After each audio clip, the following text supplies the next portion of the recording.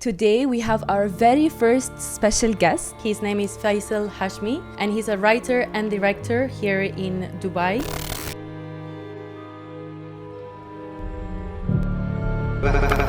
She will hurt you. Hello?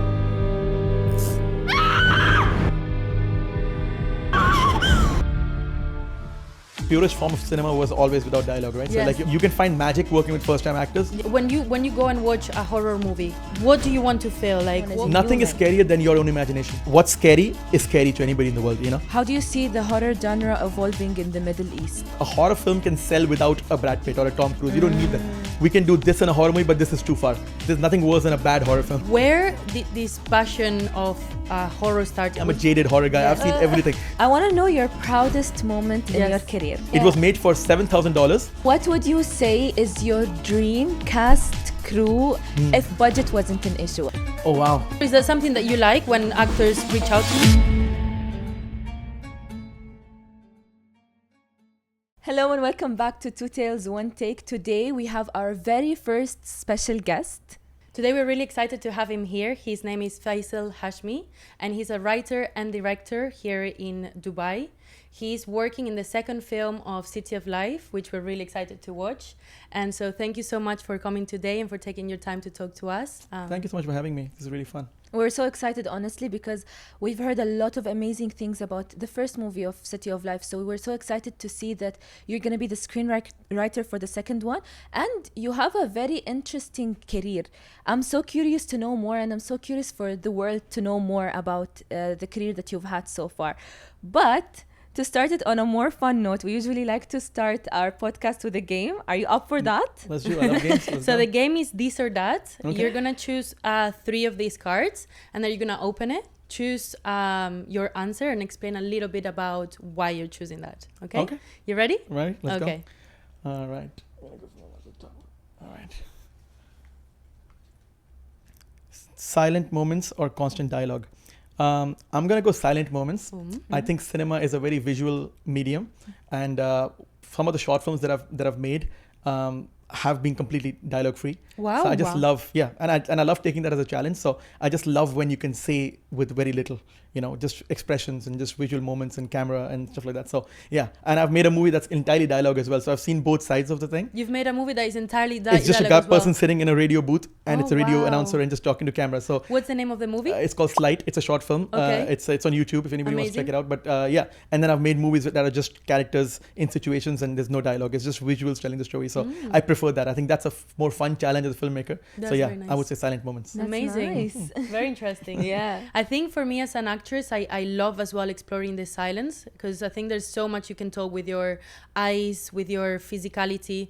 And I remember one of my teachers always used to say that acting starts when the words stop. Yeah. And that's something that I always have in mind. That's so nice. Someone told me once that you can tell a good actor from the scenes that they don't have dialogue in, because they don't have anything to help them just explain or express what's going on inside. You just have to see it without any words. Exactly. Yeah, and I mean the purest form of cinema was always without dialogue, right? So Yes. like you're almost going back to the classic Yes. sense of just emoting, you know, Charles on Chaplin, camera. yeah. And I think it also makes your film very international. Anybody in the world can watch it, even if they don't That's speak so the language. true. That's So that's some of the films that I've made, like people in Mexico watching it and people in India watching it and stuff like that, and they almost find their own meaning from it within just the visual. So I think that's a fun. Wow. Was Fun that thing as the well. goal for you when you did it? 100%. Like it's a movie that's, you know, I just want the world to watch it because it's a very relatable concept. But the more dialogue you add, obviously then it becomes very cultural, and you know the people need subtitles and stuff like that. I was like, if I can do it without dialogue, that would be a really fun exercise. And So it was nice. challenging, but I was glad I did it. I think I love learned that. a lot of the So you have filmmaker. Slate and the other one is called? It's called Amber. Oh, Amber. Yeah, okay. I've made 10 short films, so they're all on the same YouTube channel. It's I called want to Hashmi Films. ask you about that.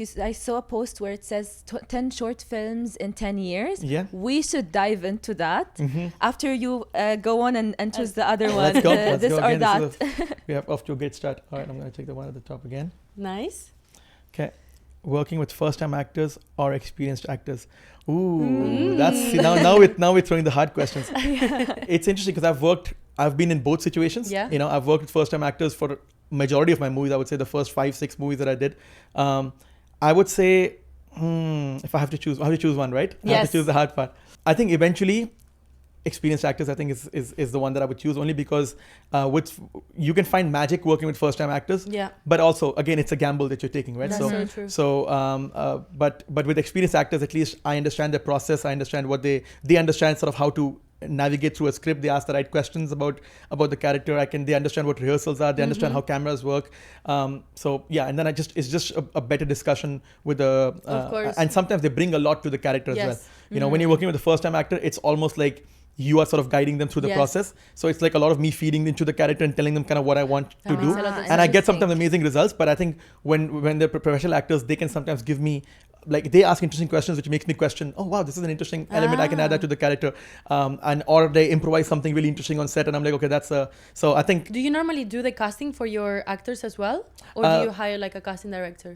So far, I've done pretty much all the casting myself. I mean, I work with casting directors more on commercials and stuff like that, but with films, like, it's just people I know from other short films that I watch. And, I try to keep a good track of people who are working in Dubai, in the industry. But in the beginning, it was just my friends. Of course. Friends that I knew could, like, fit certain roles. So if you have a character which kind of fits a funny guy and I have a very funny friend, then it's easier. But with experienced actors, like, I know they have range. I can kind of do interesting things with them. But so if I had to choose one, I would go experienced actors. It's always a better result. Sense. Yeah, it makes sense. Makes sense. Safer answer. Perfect. Okay, last one. Okay, all right. So let me see. Let me take this middle one. Okay. Horror with a message or pure scares? Oh, wow. This is you guys wrote this customized for me, I think. Yeah. Horror with a message or pure scares? I mean, as a guy who watches horror films, something that is purely scary, for me, I like some of my favorite horror films. Same. Like, just, because yes, nowadays it's more of a trend to sort of make social horror films and like films with a message, and I love those as well. But I think just like sometimes it's a very hard balancing act where sometimes the message can overpower the scares, or the scares can overpower. It's like, I've watched horror movies where the trailers have made you feel like, oh, you're going to watch some really, really scary movie. And then you watch, it's essentially a drama with like a little bit of horror in it, Yes. But they market it as horror because it's more successful to sell a movie as a horror film. So then it's a little disappointing. Like, imagine I bring my whole family together. I'm like, hey, let's watch this fun horror movie. And it's just a drama about grief. But it's also like there's like two scares and like I'm like, okay, like, I would have loved the movie if you marketed it that way. Makes sense. If I knew I'm walking into a drama with like horror elements. But so yeah. If it's horror, it has to be scary. Yeah. If the trailer is a scary trailer, like I think when I watch the movie, I want to. So at least with a pure scary movie like The Conjuring or whatever those movies are, they're very mainstream. But like when I go sit and watch the movie, I'm like, I know it's gonna be just really fun, interestingly crafted scares, jump scares, or atmosphere or whatever. Like I think so. Overall, I think, if I had to choose between one of them, just in terms of like getting what I want, is I think just a pure. Nothing is better than a pure scary, really interesting horror movie. What makes you when you go and watch a horror movie?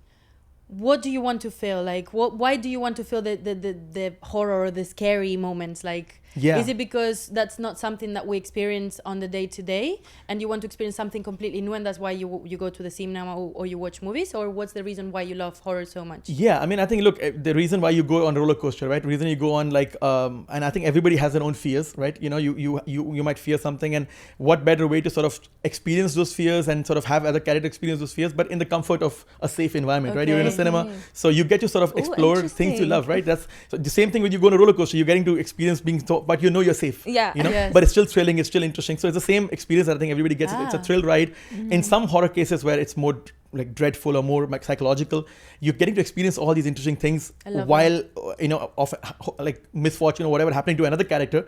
But at least you get to experience how that feels like, how that makes you feel. I think you also learn a lot about yourselves and what's scary to you when you watch stuff. That's why there's a lot of faith-based horror films, or like a lot of movies about like loss and grief, and like there's so many different things that you can make movies about. And I think just in a safe way, explore them and learn that makes so much sense. That's nice. You mentioned just now that horror movies sell better. Yeah. I do want to know more about that, and I do want to know like, how do you see the horror genre evolving in the Middle East? Yeah, I think we have a lot of room to grow, for sure. I think any country that has a film industry, horror has always been a part of it. Like Korean horror movies, Japanese horror films. Yeah, those are scary. Spanish horror movies. There's there's so many interesting. Italy had a whole genre of horror films back in the day. So I think when now that our film industry is growing, I think, in my opinion, has always been that the best way to actually have a successful film industry, commercially successful film industry, is if you start making genre films as well. It's amazing that we have amazing art house films and dramas and stuff like that, but the things that travel the best around the world is always going to be horror, because what's scary is scary to anybody in the world, you know? Oh, yeah. Like, in fact, it's scarier when it's come a place that you don't know. You know, when it's actors that you don't recognize. That's so true. I've It's- never thought yeah. of that. If Me it's not a neither. recognizable face, Yeah. you kind of like... Because it's almost like, you know, it takes away the fact that you're watching a movie. You know, if I see Brad Pitt in a horror film, it's not as scary. I'm like, I know him, I follow his life. Is that why there's not many known actors playing horror movies? Yeah, I mean, it's that, and usually horror movies have a lower budget, so you don't get bigger Right. actors. That's crazy, though. Yeah, it's all. But I think horror is a genre that works better with unknown actors. It's always been the case. You don't need a horror film can sell without a Brad Pitt or a Tom Cruise. You don't need them because the concept is the scare. You know, the trailer is the selling point. You don't need an actor to sell it. You need an actor to sell maybe a comedy. You need an actor to sell a drama and some certain action films. But with horror film, you make a great trailer. You have a great concept. that. That's It's so- scary. that's so Nobody will ever say, "Oh, it's a horror movie. Who's in it?" Yes. I was like, horror So movie. true. What's it about? No one's gonna say that. So I've never That's thought so of that. true. I love horrors. Like, that's my favorite genre as well. People Yeah. wouldn't normally think when they look at me like, oh, what Yeah. do you mean? You're like No, gory no. and death and stuff like that. Yeah. Like, oops. I mean, it's surprisingly, a lot of like horror is dominated by a female audience. Yeah, like we're all it's typers. always like majority of women watch horror movies, and That's- which is why you Yeah. they always have like the female final girl in Yeah, every horror movie, you know, that's winning so out. You never true. see a dude come out of it at the end as the only survivor. So it's very interesting. But yeah, just go back to like. Foreign horror films are scary because of that reason. It's things from a different culture that I don't know, so it's all automatically scary because I don't relate to it. So you know, that's why when you watch Japanese horror films and it's about like folklore or some mythology, Yeah. it's scary to you because you don't know. It's the fear of the unknown. Yeah. It's actors that you are not aware of. So it's almost like maybe you're watching something real. You know, it makes it feel more authentic. So That's so That's true. so I think that's why I crave watching films from outside Yes. now more than the US. Like if somebody tells me recently I watched an Argentinian horror film You would and it was watch it. so scary. Which one? It's called When Evil Lurks. It's When called- Evil Looks. Yeah, it's really a scary horror movie, and certain countries have like Hollywood knows, okay, we can do this in a horror movie, but this is too far. Certain Right. countries, like for them, what is too far is not far Yeah, for yeah. them. What's your favorite horror that you've ever watched? Oh, that's a very hard question. You're Or like, throwing give me your top 3. Okay. There is a movie called The Thing. I don't know if you know of it. Yeah, it's a John Carpenter movie. It's a kind of a sci-fi horror, body horror, very paranoia-based movie. The Shining is a I great love horror The film. Shining. Yeah. We spoke about Yeah. it in Yeah. the Yeah. previous episode. The Shining is amazing. Do you know very the psychological. BTS of it? Give course. a fun fact. Oh, I Oh, think you you- probably I know think Tell me. it already. I'm so curious which one you're talking It's about. just that the director was so like dedicated to making it look so real. So he tried to exhaust the actors so hard. So he would like do like so many takes to exhaust them and for them to actually look exhausted. So when you saw them being scared, when you saw them being exhausted, it was all real. Because Yeah. at one point, one of the actors had to redo a scene 127 times. Yes, exactly. There's a lot of stories about like how Stanley Kubrick, and they were also shooting in a remote location, Yes. so Yeah. he just wanted to bring everybody out Yes. in that environment of just kind of going crazy in a way. Yeah, yeah. You know, so you know he's one of those directors who's like, I'll take you there in that mental space. You know. Do you agree with that? Would you do that? I don't think I would do that. I think nowadays you cannot do that as much, like unless you're like a Stanley Kubrick, like a character of that level.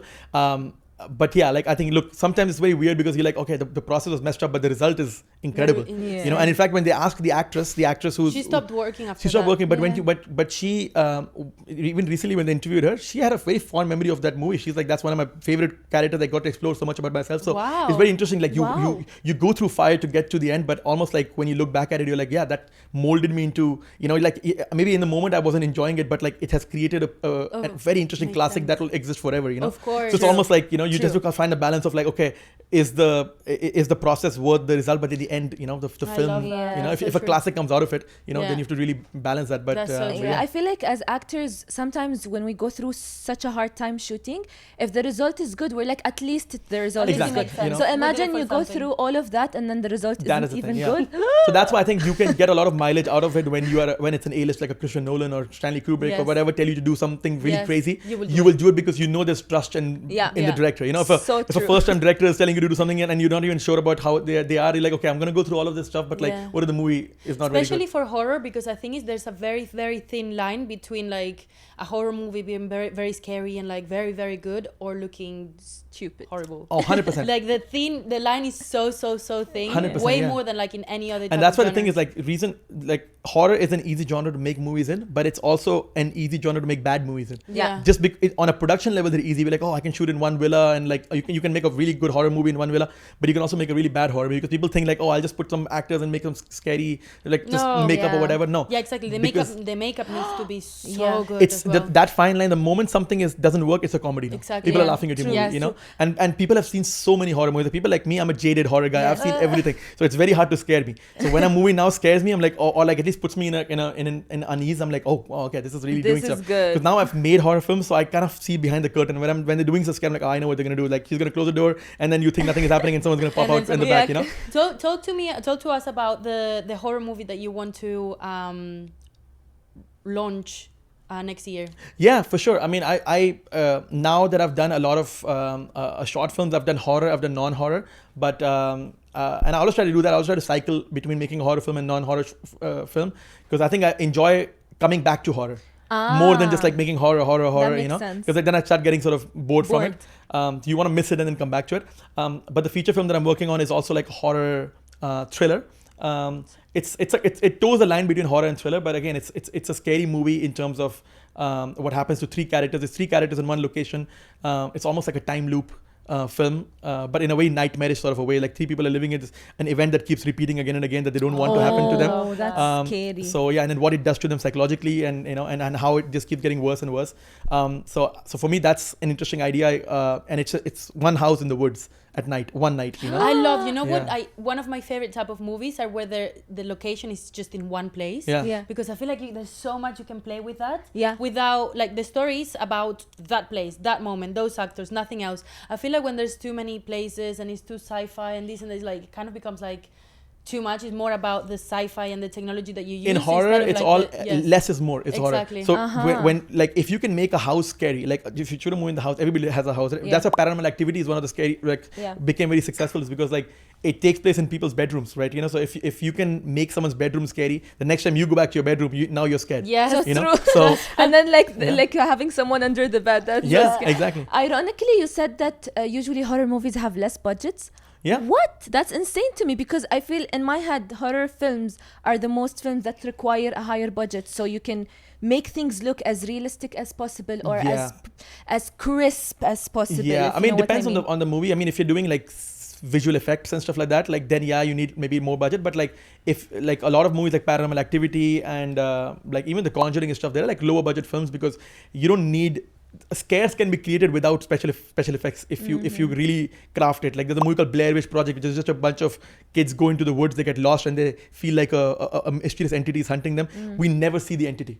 We never see the entity through the whole film, but it is one of the scariest movies ever. It's one of the most profitable movies of all time. It was made. Really? Yeah. It was made for $7,000, if I'm not mistaken, $7,000, and it grossed $250 million.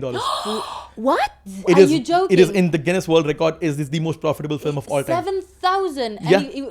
And it made $250 million at the box office. You know what's funny? That's insane. You know what's funny? When I watch a horror film and I see the ghost or Yeah. the entity, I don't enjoy it anymore. Yeah. And It's I more always, scary when it's it's in your always mind. so Yeah. scary Yeah. when like you're imagining it and you don't even know because you have a fear of the unknown as a Nothing is human. scarier than your own imagination. You know, I so love that. like whatever version of it, like if I show you, if I took a shot of you here and I am implying that there is an entity standing next to you, but I never show it, your mind is gonna create an entity that is scarier So than true. anything I can do with makeup That's or visual so effects. true. So I think that's what that movie relied on. It told you about this. There's something called a Blair Witch. It hunts people in the woods. It confuses them. It sort of makes sure. So now you've heard all of these little things, and now it's happening to these characters. They're lost, and they sort of start hearing sounds. Your mind does the rest of the work, you know. And that's why they save on the budget. They don't have to show it, but again, it needs a lot of skill Yeah. to do that. You know, Yeah. just because otherwise you can't just like have somebody off your Yeah. writing has to be good. Your use of sound, your use of camera has to be really interesting. But that movie benefited from not showing anybody because when this movie came out, they had again horror also has amazing marketing, so they presented this movie as if this is a lost tape of real people who were lost in the woods.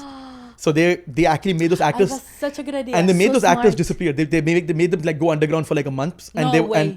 and they were like, hey guys, and they went to distributors. They marketed it as a trailer like these 4 guys went to the woods they never found. That's so Months smart. later we found this tape from My their camera. God.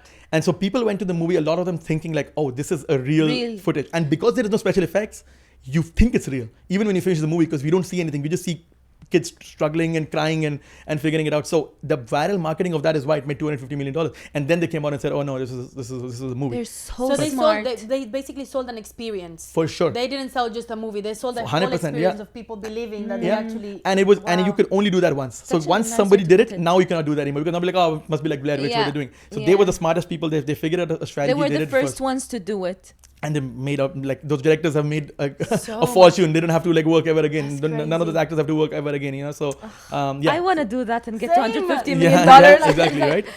In what world can you invest $7,000 in something and make $250 million? I don't think they even thought they would make that They much would never. money. They never did. It was a very small Yeah. movie, but one of the distributors was like, "Oh, if we launch this marketing campaign around it, because they were like, the movie is really good, Yeah. but if we launch this interesting marketing campaign around it, we can really make this a sensation." Even Paranormal Activity, a series that has like 5-6 different movies, the same way it was like $7,000 to $10,000 Paranormal dollars. The guy director shot it in his own house. You know, a couple of friends of his, and again, for the first one, grossed like That's insane. $150 million. Then it has 7 sequels. All of them grossed 150 to 200 to That's $300 million. insane. And they're all small movies where the whole conceit is a guy recording in his own house. You know. Paranormal Activity, the Spanish movie.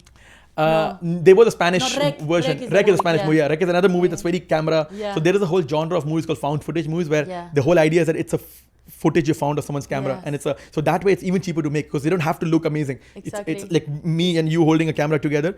The fact that it looks shaky and stuff It is the sells. So is the point. realistic. Yeah, is the point. You know, you don't want it to look fancy, Yeah. and so that makes it feel more real. Like, oh, you know, this is. Ooh, I love I'm watching that. footage of a That's person. nice. Actually, somebody might be behind them or whatever. So Yeah. so it works. Okay, so I have a question for you.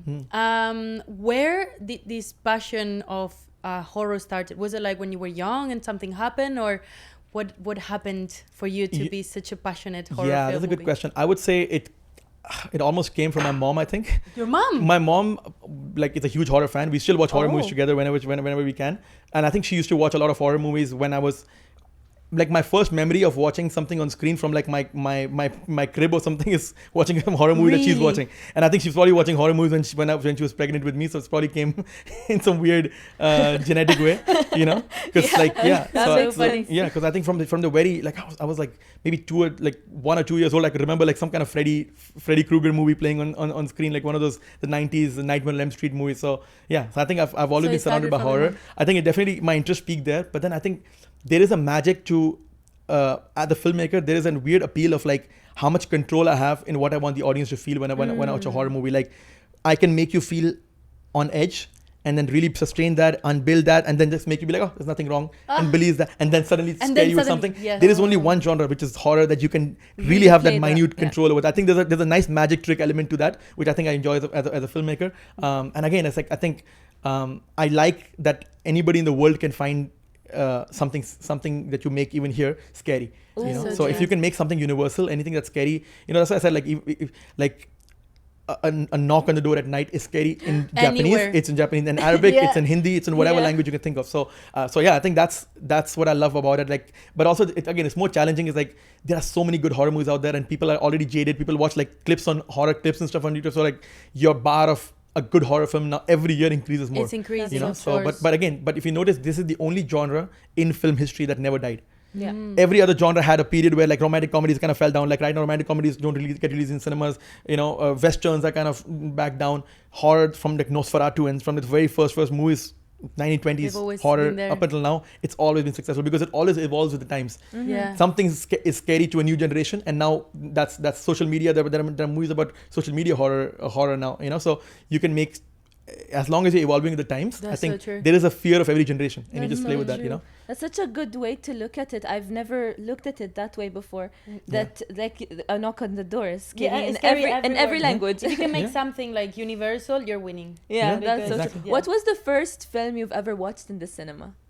The first film I watched in the cinema. Wow, that's a good memory. It's probably like a Bollywood movie or something. My parents would have taken me for that. But like the one that I remember, I watched Jumanji in the cinema. Oh, Remember? that's a Yeah. I good love movie to Jumanji. start Yeah, with. I know, right? And it was a pretty crazy movie. And I think, but I think that movie it's not a horror movie, but it has a very kind of a mystical element as well because Yes. the board game things coming to life. Yeah, It true. could easily have been a horror movie. So I remember even that was like, I was like, oh, what an interesting idea! Like almost a supernatural board game that is doing interesting stuff. So again, ever since I was a kid, I think I had an imagination Yeah. of like. And I think that's why I always consider myself a writer first and director second because Oh. before I ever picked up a camera, I was always writing. So Wow, I was in okay. school, I was writing, but I just never knew that film would be the form they would take. So when I was in school, I used to write short stories. I used to write like novels that I never finished, and just like always trying to explore some stories, because always I'm like, oh, what if this happens to this person? What if this situation happens to that person? Only when I was in university, and I never went to film school. I went to I did a marketing degree, because again, there was barely any film schools here. There was no pathway to being a filmmaker here.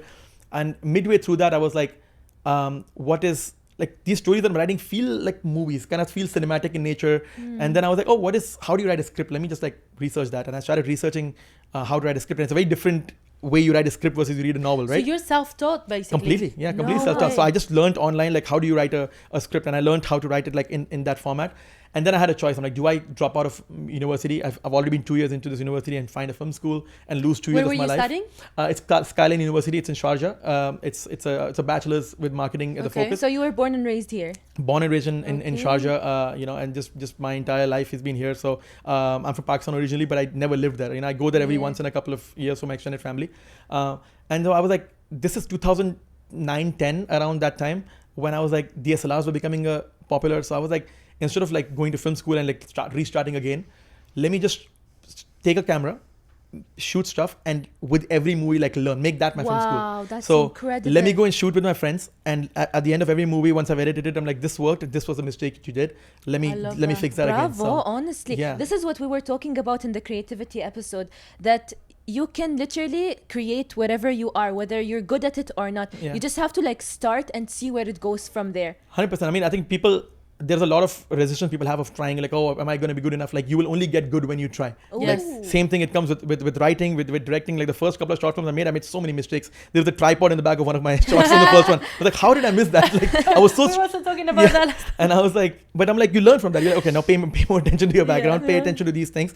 But only if you make them, you will get better. And for me, it was like, what better film school than instead of like learning from books, I'm going and making stuff, That's amazing. And, You got like the whole package. You're a writer, director. Yeah. Was it easy for you to find your like creative? We talk about this all the time in the podcast, that it's very important to find your creative family to be able to grow and to learn and understand about the industry. Yeah. Was it easier for you to find your creative family here in the Middle East? in Yeah, Dubai? I mean, ultimately, yeah. But like in the beginning, as I said, like when I started off, I was doing everything. I was there was no film industry here. This is even before City of Life came out. The first City of Life came out. So there was no film industry here, and I didn't know anybody. The advantage of film school is that when you're there, you have peers, you have classmates. They all want to do film. So you can ask somebody like, hey, you can do sound, you can do lighting, help Yeah. me out. You have a crew. I didn't know anybody. So on my first 2 or 3 films, I was director, writer, editor, holding a light, holding Yeah. sound, doing everything. It was just Wow. me and the actor in front of me. That's Wow. 2 people on the set. And there was a point I remember in one of the films, like the lights go off, and I was holding the camera and I turned it off from my own hand. There was not even somebody to do that. Wow. So but I think I'm glad I had that in the beginning, because now I learned a little bit of everything. Wow. So now, then after all, when I put those films out, and again, it was just my friends. As I told you, like my first experience was my friend, his name is Abid. He was one of my closest friends growing up. And when I was making my first short film, I was like, hey man, do you want to be in my short? I don't know who else. It's such a daunting thing to approach people when you've never made something, right? True. Because you also, because I was like, okay, if I fail, at least I'll fail with a friend. They won't judge me, and you have these things. So I'm like, okay, I've written a character that I think fits this person.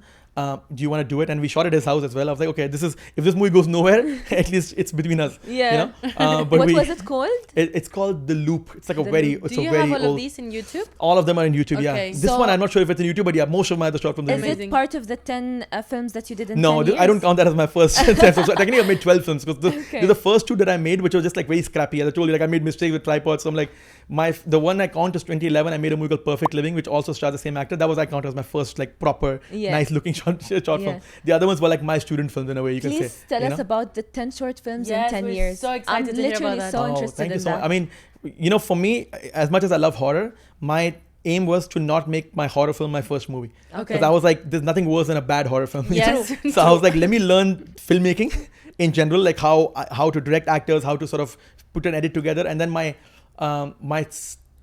officially my second or third short film was a horror film. So yeah, every year for me it was like, every year let me try to make at least one short film with friends or because I had so many ideas. Ideas was never a problem, because that's where I came from writing. I have a folder full of ideas. It's just about sorry finding it. if I interrupt you 1 second. I'm really, really curious as well to understand like where do your ideas come from? Do you dream about them? What do you? Yeah, it's very interesting to like try to break it down, because like it's always, I think it's just an overactive imagination. If I will look at a scenario, like I'm sitting here in this podcast studio, I would be like, oh, what if the lights go off now and the door is locked? What would happen now? My brain is always, So it's like once you're awake. one part of my brain is always trying to figure out a what if scenario in anything that I'm. So I'm you on. would say that you would get like brinks of inspiration and then you would go write, or do you usually like collect these ideas and then sit for a few hours and write them all down? Yeah, no, I would sit on the ideas and see which one stays the longest. You know? 'Cause sometimes like, and that's when you know it's worth pursuing, right? Because like you'd have ideas and I'm like, oh, that would make a good movie anyway. And 2 days later, if I've forgotten about it, maybe it wasn't that strong of an idea. But if something is in my head, I'm like, oh, that would actually be interesting. And I start building on it, like, oh, and you know, that could be a scene where, then I'm like, okay, there's something to this. Then I would sit down and actually start exploring it and like, you know, really breaking it down and writing it. So ideas has never been an issue. It's just a matter of like, okay, now how do you produce it? It's also like I have ideas that might take like, I don't know, $100,000 to make, but I don't have that. So what's an idea that I can do within the resources that I have? So that's always been an interesting, and that's why horror helps in that, because horror can be shot in one room, horror can be shot in one office or one, you know, backyard or something, you know, and few days, and you know, lesser like new and even newer actors. Like you don't need the most professional actors for them, you know. Like horror is a space where I'm not like, it's the only challenge is like people have to sell that they're scared, which is the only challenge I've found with newer actors, is like try to sell that, you know, not everybody can. That's not very, I feel like for someone who's starting, I can't imagine that's not like the easiest task. It is not. Yes. But I think people are a little bit more forgiving of not the perfect acting in horror films, and that's always been the case. But yeah, like I think if I'm doing a drama, like a really serious drama of like a cancer patient or whatever, and the acting is bad, takes you out of the whole thing. Yeah, completely. You know? Because those movies are relying on acting to do the job. You know, at least horror has like other elements that are sort of compensating for it. But yeah, so every year I try to make one short film, and I try to really challenge myself. So as I said, like I wanted to make a film that's maybe without any dialogue, because with the whole idea was like, these are my film school, right? I want to expand and see what I can do. So maybe I'll do a movie that's without any dialogue. The one that I said, Slide, which is again in a radio room. It's about a guy who late night radio show host, and he's kind of goes on a rant about like how magicians are like you know, how people still believe in magic, how crazy is that? And then a real life guy claiming to be a magician calls him on the phone. He's like, I'll do a live magic trick with you on air, and things get really interesting from there. Where he's like, almost, wait, this is on YouTube. This is on YouTube. Yes, I'm gonna happy if we link all of these. 100%. Yeah. What's it called? It's called Slide. It's Brent Black, who's a radio host in Dubai on Virgin Radio. He was in the movie. He's real nice. host. Yeah. Because I wanted a real radio host in it, and his personality really fit the character. So it's just, if you hear him, you'll be like, oh shit, I've heard him on radio. So again, that was a challenge. That movie is entirely a guy on a chair talking on a mic like this. Wow. And how do you sustain that? How do you make that scary? So it's him and an unknown caller from the other side, and you build suspense only through dialogue. Is it one take? No, it's not one take, but like it's one look. It literally is just different variations of a guy sitting on a chair in front of a What's the duration of the film? It's like 11 minutes, 11 minutes, Okay. But it's like can't really, wait to watch it starts building. So that was a challenge for me. I'm like, can I sustain tension through dialogue? Yes. You know, and then once I did that, I was like, let me go the other way. Can I sustain tension without any dialogue? With silence. You know, and I think that's, if the whole point of short films is to experiment and stretch and become better. At the end of every film, I should have a challenge that I just succeeded or didn't succeed, but at least I tried to, you know, improve myself as a filmmaker. Okay. One of the last short films that I did, it was like, I want to do a fight scene. Can I do a fight scene? And that was the reason why I did it very, very. It's called the one I'm talking about is Amber. It is also silent but has a fight scene as well. Ooh. And the reason I kept waiting to make this one, because like there's nothing worse than a bad fight scene in a movie. You know, you start laughing. Also so I wanted the right resources. I wanted to like watch a lot of fight scenes and films to understand how they're shot and how do you do the stunts and how do you like do it safely. And then we shot a version of that, and yeah, that was a fun challenge for me as well. 10 movies that you did in the 10 years where your message to yourself that I want to get more experienced, I want to see what kind of challenges that I can overcome, and I want to learn new skills as a writer and as a director. Is that true? 100%. Yeah, that was the thing. But also like make entertaining films. Like for me, I want to make movies for an audience to enjoy. So horror, thriller, science fiction, these genres I love generally. So it's not like me trying to fake it for anything. So it's always been like, and that's what's really, when you asked about community, I found a community through those short films. So after my goal has always been to put them online, you know, because the only way, if I didn't know anybody, hopefully people can know me through it, Of and course, they reach out to me. of course. And almost everybody that I met, they reached out to me, Wow. who I then love became that. my friends and like people who collaborate with me. So I met a sound person who's like, oh, I love these movies, and I do commercial sound, but I don't get to do enough film stuff. And everybody who's come here and they get lost in the world of commercials, they wanted to do films. True. Almost everybody who enters the industry has a dream of making cinema. But again, in Dubai, commercials pay more and stuff like that. So how do you see the industry growing here in Dubai? Because you've been here for your whole life. Yeah. I think you started also like many years ago. Yeah. So how do you see this evolving, and where do you see the industry becoming in the next 5 to 10 years? Yeah, I mean it has its ups and downs. When City of Life came out in 2010, this is a year after I'd made my short film, and the reason why that movie is special to me, and which is a weird fate that I'm attached and writing the second one, is that when I made my first short film, the one I told you about, the first one in 2009, December of that year, I went to Dubai Film Festival, which is a big film festival that used to happen here. It doesn't happen anymore, unfortunately. Doesn't happen anymore. But I went there for the first time. I was very nervous. I'm like, I don't know if I belong here. I just made one short film. I was just watching some, and then when I was getting out of it one night, I saw a line being formed outside of one of the cinemas. A line. Just a line being formed, and I know what the line was. I was like, let me just join the line first, and then I'll ask what is it about. So I joined the line. I'm like, what is this line for? They're like, oh, it's an Emirati film called City of Life. I was like, oh, so I picked up the booklet of the festival, and I saw that it's like 3 different characters in Dubai and their stories intertwining. I was like, oh, that's an interesting idea. And I watched the movie accidentally there. And that was the world premiere of that movie. All the actors were there, and that was like a standby queue. So it was sold out. This was a standby queue for like anybody who, in case some people don't show up and you enter. So because I entered the movie like in that line, I watched the movie. And now you're the Fast writer. forward. It was exactly. Yes, It is- fast forward 15 years later, you are the Literally, screenwriter it is insane. of I City still of can't Life believe 2. that happened. But that movie was very inspirational for me, because I was like, this is what you can do in Dubai. It's possible to do stuff like this in Dubai. That's so Yeah. inspiring. Oh, Yeah. that's so Like Like inspiring. watching a film like that, I was like, man, like that is like I want to That is the achieve to future. do stuff like this, You And literally did it. Yeah, you Yeah. literally did Yeah. it. And what kind of films did you see, or a series that you watched throughout the entire 15 past years that made you feel that way? Was there any? From here or Yeah, Emirati. Yeah, there's a couple of stuff. I mean, I watched a movie called Zinzana. I don't know if you know of it. It's a director Majid Ansari. It's a Yes. thriller. So it's a thriller, and like we don't make genre films here very often. So that Yes. was a thriller set in a prison the whole time. Really crazy visuals. And I remember watching that. I'm like, oh, you can make even thrillers at this international budget. It was like a $2 million movie. It's a big Wow. budget studio film that was released here in Arabic, but it's a really like it feels like an international film. Oh, wow. So I watched that, and I remember meeting the director, and like we had the same taste, and I was just like, this is the kind of stuff I want to do. And now that, and every movie that comes out, it becomes a new case study. Because like when Zinzana came out and it became successful, it's like, okay, now you can go to and talk to other people, like, hey, see how this movie did it first. So that's because people don't want to invest in stuff which has never been done. Unfortunately, people in Dubai are very risk averse. They want an example of it already succeeding Of course. before they want to like Yeah. invest in it. So the fact that something succeeds like that and you can sort of use it as an example, as a case study, Yes. really, really helps. So that is an example of that.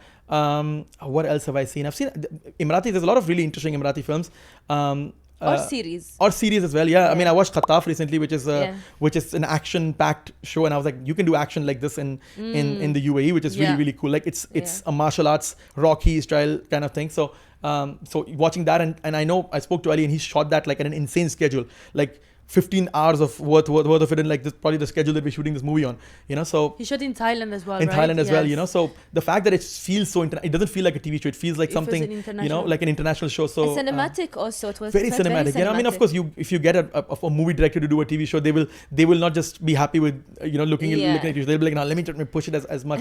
But again, doing a TV show is such a compressed time schedule, right? So yeah, so things like that really inspire me, and I'm like, okay, you can do stuff here if you just have the vision and you just like find the right people Of to course. believe in you. And you, like, now that you're obviously growing very much and very quickly here in Dubai at the moment, do you aspire to write and direct stuff internationally as well? 100%. Yeah, Or- I think I have ideas that work both ways. So like, for example, the movie that I told you, Fractal, which is the feature film, it takes us in a house in the woods. We don't have woods in Dubai. So Of that's a movie course. that I always thought would be better served outside, just in terms of the way I imagined it, because it's this forest and like dark forest and stuff like that.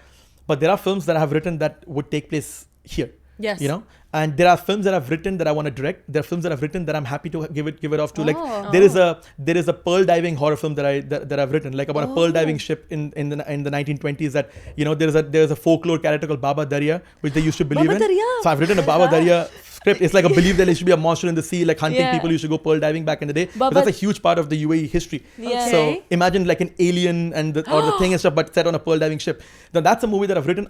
I mean, would I love to direct it? Yes, but like an Emirati director will really bring an authenticity Yes, to it. So I'm of happy to sort course. of be That's creatively true. involved and find the right people to sort of That's make it. so good. So, but as a guy who grew up and lived in this culture, like I know more about UAE culture than I know even Of from course. Pakistan. You I know, relate to so that. so there are parts of this mythology and like characters and you know how so many nationalities are here. You can make something really interesting from that in terms of horror, in terms of thriller. So I have ideas that I want to definitely That's amazing. shoot here, and then there are ideas that I have that you know that work well internationally. But again, the best thing about horror is that and thrillers is that even some of those ideas, maybe not the pearl diving, but some of those ideas that I want to shoot in Dubai, if I get the resources to shoot it in London, for example, Of course. many of them can work there because I guess this fear is scary to everybody. But yeah, Yes. something cultural like that, something like a pearl would diving have to movie, be- it would yeah. have to be here. It would have to be Makes in the sense. Gulf, maybe somewhere, you know, if not UAE. But yeah, I think that would be scary. Like a pearl diving horror film would be scary to international audiences. Mm-hmm. Even though they don't know about pearl diving, they know what something under the sea is. Something Yes. a sound under the Yes. sea, the darkness of sea at night, being lost somewhere, feeling like someone That's is like an hunting you. international fear. Exactly. Yes, You know, true. like if people can watch Alien is nobody knows what aliens are. No one has seen an Yeah. alien, but it's scary because it's like it's just a monster hunting you one Of by one, and you course. can't do anything about it. You know, so imagine a movie like that from our region. How cool would that be? That So would be I hope amazing. get to make that very soon. But yeah, that's what I want to do. That's like really, what is the coolest horror films we can make in our region and really combine our Yes. culture, but like show it to the world and Yes, see what I happens. love that. What would you say is your dream cast, crew, and like whether you want to direct or write if budget wasn't an issue? I want you to like dream big. Wow. Well, I mean, there are actors. See, you know, there's some amazing actors that I would love to work with. I would also be very intimidated to work with. Who? Give Like us names. Give us Denzel names. Washington. Oh, he's amazing. Amazing actor, but I'm like, Yes. I respect him so much, and he seems like such a serious thespian performer that I don't know if I would be like, you just do the scene. You just, the way, I can't. sir, I think. What do you want to do? Yeah, exactly. You want to rewrite the story? You call action, you do the scene, and I'm just gonna watch on the monitor. So yeah, so there are actors like that I just love to work with, but I just like I would be too intimidated to them. But Yeah. again, it'd be amazing to work with people like that, like Robert De Niro and all these Of people like that, like course. these like really Do thespian you want to actors. work as a director with them or as a writer or both? I would love to work as a director. I mean, if I, you know, I think the closest relationship you have with an actor is when you're directing them. True. Yes. But as a writer, like if I would want anybody to direct my work, I mean, I'm trying to see which directors, because most of the directors I love are also writer directors, like Christopher Nolan and stuff like that. They write Yes. their own scripts and Okay. they do their own stuff. But like a James Wan who directed Saw, Insidious, Yes, Conjuring, yes. Oh, like wow. if So I it write would something be- horror and he would do it. It would be perfect. Yeah. Yeah. So it would be a horror, like your Yeah, dream. yeah. Okay. If I write a horror film and like a guy like that would want to direct it, like I'm like, please, let's do it. Please. And what do you look in actors when you like? What do you look for actors when they cast for your roles? Yeah, What's the specific thing that you look? Yeah, for in them? it's very interesting because it's evolved over the years, but it's always been on instinct. Like I always, because I come from a writing background, when I'm writing the story, I'm imagining a certain look, Okay. but I'm also willing to be surprised. Okay. Like you have to have that open, otherwise you're just casting based on looks. And I've done that a couple of times, which I would not be And it super doesn't happy with, work. because I'm like, okay, now I've got the right look, but it's not the right person or like Yeah. the skill set that I was looking for. But I think it's very instinctual. I've never really done an open casting call for any of my films. Oh. It's always been, once I was no longer working with just my friends. It was just like I watch other I try to go to any short film screenings and stuff like that. I'm like watching short films, and in Amber, which is the film that I was talking about, there is a short film I watched of a janitor who kind of starts getting like murderous or something like that, like in 2015, and the actor was there on that screening. And something about the actor's eyes, I was like, this guy would be the lead of my short film, because I was like, I need that. So I went up to him and I was like, there's a movie I have in mind. I don't know when I'll make it, but whenever I do, you'll be the lead. Wow. I promised him then there, and I shot the movie. That's the dream sentence of every actor. Right? 4 years later in 2019, I shot that when he waited for me to shoot it all the way. Amazing. So yeah, so for me, it's very instinctual. I always try to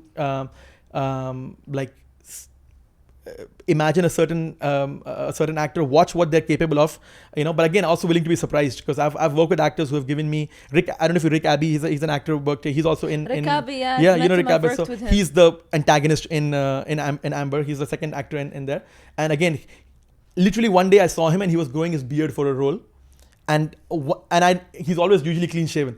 before, like when I know him. When I saw him suddenly, I was like, oh, this guy could suddenly work for this character, because I wanted a guy with a beard, so I was going to look for somebody else. And then I looked at him, I was like, oh, this guy could really work, and he's bringing a very different energy to it. So again, I never really auditioned him per se. I just talked to him. But for me, a lot of it is just talking to the person about the character and seeing what they have to bring to it. You know, even for this feature film that I'm casting on, a lot of it is just, hey, you read the script, what do you think? What stood out to you when you were talking? And based on that, I just want to see what they understand from the character. Are they kind of on the same page as me? And even if they're not on the same page as me, like they have interesting ideas, and you just kind of find out how much somebody cares, and they can bring, maybe they'll bring interesting elements to it.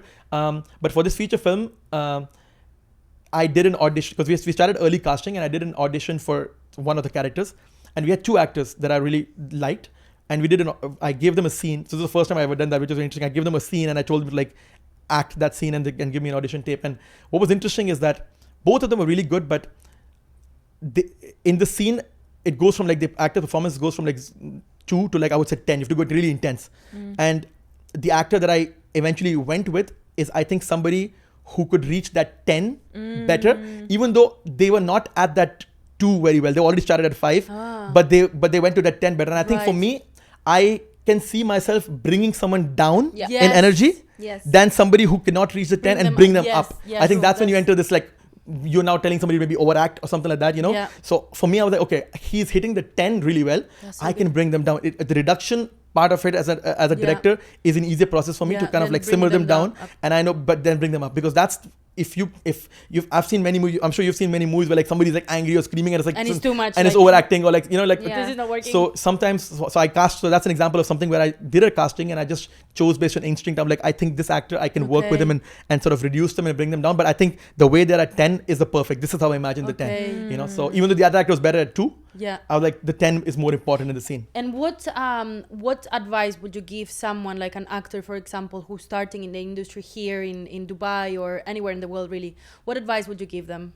Yeah, I mean, I would definitely say, if you're starting out, reach out, watch movies, reach out to directors here. It's a small, unfortunately, it's a small industry, as you know, both of you know, but the advantage of that is it's easy to reach out to directors. It's actually easy to meet them. As a director, is that something that you like when actors reach out to you, or you find that if they come to me at a screening or something like that, or even I've had people DM me and stuff like that, like, as long as it's not in an overbearing way where you're like finding me where I'm hanging out in the studio, showing up. Like, reach out to me, be like, hey, this is my reel, this is what I just moved here. So many people move here very often, and now they want to work. So I'm like, okay, that's another person I can keep in mind for something that I want to do. So that's one way I would say, just reach out to people, and you will only get cast when people know that you exist here. Of course, you know. So you have to be, a lot of it is social, as you know, like maybe some actors don't like to be that present, but unfortunately you have to. Even as a director, I don't, like, most directors and writers don't want to be public, you know, that public, but I have to consciously do that, because if I want to get money or investment or resources to do it, like, I have to let people know that I am this guy, I'm doing this stuff. And it's amazing to like just disappear and come back with a new movie, but like in a country like this, no, you have to be present, you know. I can't be a Nolan who has no social media and just disappears and comes with a movie every 5 years, you know. Maybe one day when we're like where we want to be, we can do that, but at the moment, you know, we need to build it. Build out, be visible, and you never know what opportunities, so many amazing opportunities come from that. But just to add to your question of like another advice, I was at a panel recently in Abu Dhabi where one of my Amber was screening, and one actor asked a question. He's a big built, like 6'5" or something actor. Ooh. And he's like, he was like, every time I want to be an actor, but every time I only get auditions for like bad guys or security guards or bouncers and stuff like that. What do I do? And what do I do to sort of change people's mindset? And that's a real problem in I think in any part of the industry, like, you know, stereotyping based on how you look, your race. Sometimes like brown people will get cast as terrorists or whatever. Like there's a huge issue always. But so what I told him is, I think I gave him an example of an actor, Dave Bautista. You know, he's a wrestler turned actor who was in he was Drax in Guardians of the Galaxy, the blue buff guy. He was also in the same boat. He was, again, because he's a wrestler turned actor, everybody had the perception, oh, he's the action bulky dude, right? True. So he was the same thing. He wanted to do dramatic stuff, but because of how he looks, it was always a challenging part for him. And all it took was the second Blade Runner movie. The director put him in one scene at the beginning of that movie where he's playing a guy who he's a big guy, playing like a android robot, but he's wearing glasses. He just sits down and somebody just comes and tells him like, yeah, it's your time has come, I have to kill you. And he just very like, in a very pensive, calm way, he just accepts his fate. Somehow watching him in that role, he got cast in, because suddenly directors and stuff who always Started just saw him as this singing brute for force him. guy Yes. were like, there is a softness to this guy, and this role it's a 2-minute scene in the beginning of the movie, but suddenly he started getting a lot of different. He got cast by M. Night Shyamalan as a science teacher. He doesn't throw a punch in the whole movie. Suddenly it's completely changed the perception of like, oh, it almost, let's use this contrast. It's a big guy, but he's a softie at So would heart. you recommend people, for example, who normally get typecasted Yeah. to record themselves doing something different and put Exactly. it on social media? I would say, if you like, that's what I told him, is like, if you really want to play a dramatic role, a very quiet role, either do yourself like a self tape or something like that, or write that role yourself. And if you don't know how to write, find a writer. Like somebody be like, hey, I'm going to produce this movie. Let's write this character. I want to play this character. Find a director, put a crew together and make that film. All you need to do is that dream role that you be like, I want to get these kind of roles. Go and get that I film love together. that. Yeah. Even if it's not a big production, if it's a very small So movie. many people are happy to collaborate. So many people Yeah. are, trust me, like you go to some of these events, people just want to do stuff. Actually, if you're an actor who's capable, like a lot of filmmakers are very afraid of reaching out to actors. If an actor reaches out to you and they want to do stuff when you're starting off, be like, okay, yeah, let's do stuff together. Yeah. So if you really want to break out of a certain perception that you have as an actor, write that stuff yourself. And trust me, one role is, Can change and everything. trust me, as directors, like when we see a person capable of something else, we're like, wow, that's interesting. And maybe there's some actors who are happy to be a certain type, right? Like Jack Black and whatever, like they're happy, they love being in a comedic movies or whatever. Not everybody The wants Rock, to, for example. yeah. So not everybody wants to be the other thing, but if you're happy with doing the stuff that you're already getting, great. But like if you want to break out, like let people know what that is. It's always harder to convince people that I can do it. But then when they see something, even if it's a scene, Yes. suddenly directors are very, as I said, very visual, very instinctual. They'll be Yes, like, true. wow, I can. And sometimes, as I said, your physicality can work in your favor. So the character could be that it's a, in City of Life, in a character, we have, you were in the scene, we have a bouncer who doesn't belong as a bouncer. He Yes. doesn't, that's the only job he could get. Yes. And so he is not a very good bouncer, but he feels like he's kind of putting a face on. So in his quiet moments, he's a quiet guy who's trying to study to try to do something else with his life, but he's just taking that role. So this actor, his physicality Yes. works for this character. Yeah. Because it is a contrast that we want to show, like a guy being boxed into a role in Dubai just because of how he looks versus what he wants to do. So, Wow. there are roles like that exist. So I think you just have to show people that you can have that softness to them. And if it takes you putting a crew together or writing a scene and doing love that, that. it'll Yeah. change everything. I was saying that requires a lot of vulnerability as well. I think for 100%. actors that to show that not everything is just physical, and Yeah. I think that's something that I would personally really recommend everyone who's starting to be as vulnerable as possible and put yourself out there in different ways than maybe what people would perceive you, which is exactly what Yeah. you're saying. 100%. So that's your advice for actors. What's your advice for your younger self starting off in this industry? Wow, for my younger self, I would just say, for my younger self, I would just say take more, like be more proactive, take more risks. I would say make more than I made 10. I would say I would have made more. I would have made like 2 a year, Wow. like make more, learn more often. And then maybe like the film that I was making now, maybe would have happened 5 years ago even, So like there's always, if you have the bandwidth, and obviously not everybody has that because people have full-time jobs here, as you know, many people are working full-time, but if you have the bandwidth, I'm like, push yourself even harder. Yes. Like, Yeah. there is no, like, I know you might have to make some sacrifices in like, leisure and stuff like that, time going away. But like, if you don't care about your, like the one person has to care the most about your You. career has to be you. Yeah. Your films has to be you. No one's going to care as much as you. So you have to So true. sort of start that trend and make everybody care about it downwards. So, so I would just tell them like, a good advice. yeah, I would say That's like push really more, good advice. if you can make one, make two, try. People also when they start in this career, they are so scared about what other people think. Oh, I'm Yeah. not gonna get into acting because people might think of what she's trying to do. She's trying Yeah. to become famous and Yeah. and that's something that I personally experienced a lot when I was starting. I put too much validation on what other people thought about me. Yeah. If I had to like go back and say something to myself, it would be like, the more they speak, the better. It means Yeah. that you So are really doing nice. something for And yourself. in the beginning, I know you're afraid of it, and it will happen. It will happen. It will happen, and it will happen from your closest people. That Yeah. people will be like, "Well, what are you doing? Yeah. Come on, who do you think you are?" Yeah. And it's fine. You Yeah. just, as you said, start believing in yourself, and then the validation will come as Yeah. as it goes. Just create for the sake of creating, for Yeah. the sake of learning, for the sake of feeling alive. Generally, Yeah, and I think you as an actor would know why you're entering this industry. Some people genuinely want to just be famous, or Yeah. like some people want just more followers, and some models are like, oh, I also want to act. Like, for some people it's a glamour thing. But if you really care about acting and being a performer and roles, you know that. Maybe the other people may not believe that, as you said, like your other people will, but you know that. And as long as you believe that and the work you start doing, you'll start seeing those people drown out, because they'll be like, oh, okay, she's actually doing amazing stuff. Okay, I guess I was wrong. You know, there's nothing, there's no better way to like shut them up or drown them out than just create the work that they can see and be like, okay. You know what's funny? I feel like at the beginning, when you start doing something for yourself, like yourself, for example, writing and directing, or us doing acting, people always doubt you. Oh, 100%. Why are you doing this? Yeah. The more you start doing, the more people start coming to your life saying, I knew you were gonna do well. Yeah. I always supported you. And it has nothing to do with you as much as it has something to do with their own limiting beliefs. Yeah. They feel like they can never do it. Yeah. So they believe everyone around them can 100%. Never do it. And that's an amazing point you brought up. And I will always say, try to surround yourself with positive people. 100%. And I've had people in my life who either they're very cynical by nature, and because and sometimes because they give up on filmmaking, so now they're like, when you can see from the energy, like you know, there are people in my life, there are two kind of people. The people I'll go to and you know what, a cool horror short film that I want to do is, you know, something that takes place here, and then they'll be like, oh, that's amazing. You know what? Let's. I actually know a place we can do this. And if you want to do it, that's the people you want in your life, where they're like building upon your idea. They're like, you want this? When you want to shoot it, or I actually know somebody. Then now suddenly your idea that you were just floating around now becomes, they're helping make it into a real thing. And then there are people I've gone to and be like, nah, man, that was, you know how expensive it is to like get that permit, and like, yeah, like, nah, it's not really, it's not really worth it. And suddenly, you know, a creative person, they have a fire and you can easily kill the fire with just the wrong energy. So and true. Literally, trust me, it is true. And I have had filmmakers where they have that, oh, you know, I really want to make this movie, and then somebody's like, oh, you know what, how expensive that's going to be, how long it's going to take, and suddenly in that conversation they will never, that's the end of that idea that could have been the next best movie. It's the end. They're like, oh, okay, I guess never mind, I'll just never do that. That is so true. You know, I think that's one thing that we always speak about, that it's so important to surround yourself with people that it's not necessarily in the creative industry, but at least they have this fire that you have. You need to have people who are like, who believe in like, let's do it. Let's figure it out. Maybe we'll fail, maybe we won't. But like, let's not assume failure at the very beginning and be like, nah, man, it's not really gonna work out. It's not worth it. You know, like at least. It's basically, I always say this, choose your heart.